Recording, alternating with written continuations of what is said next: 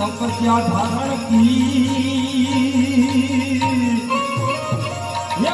जय जय भोल जय जय भोलनाथ આવી અખંડ તપસ્યા ધારણ की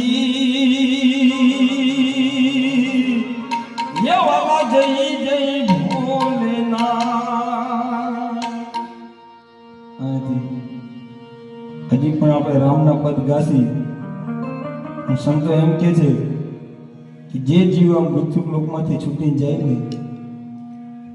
એટલે જીવમાંથી એનું સજન શિવમાં થઈ જાય એટલે આપણે ભજન કરીએ ધૂન કરીએ કે કીર્તન કરીએ એમાં શિવને યાદ કરવા જરૂરી છે કારણ સર્વ સુંગ સમવિશાલ જટા દૂત જન્ય ભાવ